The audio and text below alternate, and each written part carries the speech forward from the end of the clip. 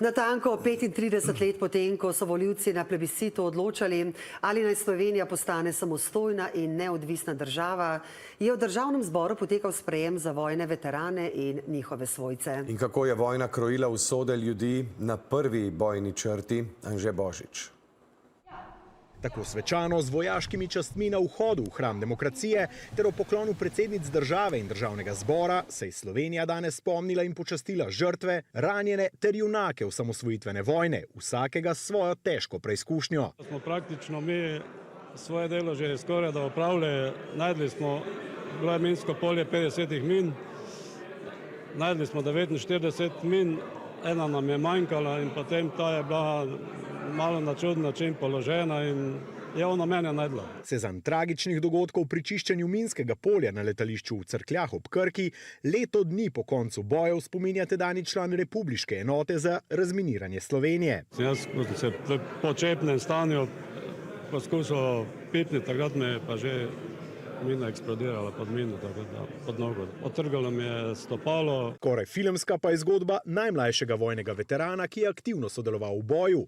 10-dnevno vojno je v okviru služenja vojaškega roka v Mariboru začel na strani JLA. Nato pa med spopadom za mejni prehod Gederovci prebegnil na slovensko stran. Ko sem se v trenutku odločil, zapustil enoto jugoslovanske armade in se mukoma pravzaprav prebijal čez vas Gederovci, ki sem jo videl, ko smo preleteli s helikopterji. Probal vsaj pri enih 10 hišah pridati noter, nihče mi ni odprl.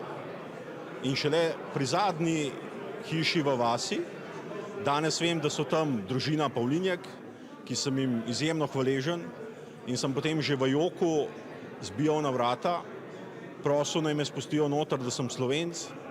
In tako so me potem spustili noter. Danko je sklenil, da bo z vojaške kape odstranil rdečo zvezdo, pa bi bil lahko zanj tudi usoden. V resnici bi se to lahko zgodilo, kajti med begom se je ponovno začelo streljati. Metki so leteli nad mojo glavo, nisem niti vedel, a streljajo name, a streljajo kam drugam, tako da sem en čas ležal sred pšeničnega polja. Videl sem tudi žrtve, videl sem svojega vojaka, ki je umrl pri letalskem napadu jugoslovanske armade na kasarno v Murski Soboti. Predvsem pa so dogodki med in po osamosvojitveni vojni udeležence za vse življenje zaznamovali. Ja, gledajte, jaz takrat bil star 35 let, ne. Jaz sem bil praktično zaposlen na poklicni gasilski enoti v Mariboru in takrat se je kariera za mene tam končala, ne. To je bila za nas dejansko vojna. To sem pa videl pravzaprav šele potem jeseni, ko sem prišel na faks in si preprosto nisem mogel delati zapiskov. Stvari so prišle za nami, z nami se seveda tudi nihče ni ukvarjal. Zelo redko govorim o teh svojih stvareh, pravzaprav je danes drugič, da javno o tem spregovorim. Zato je bistvo današnjega državnega sprejema zelo jasno: ohranjanje spomina in vrednot slovenske osamosvojitve.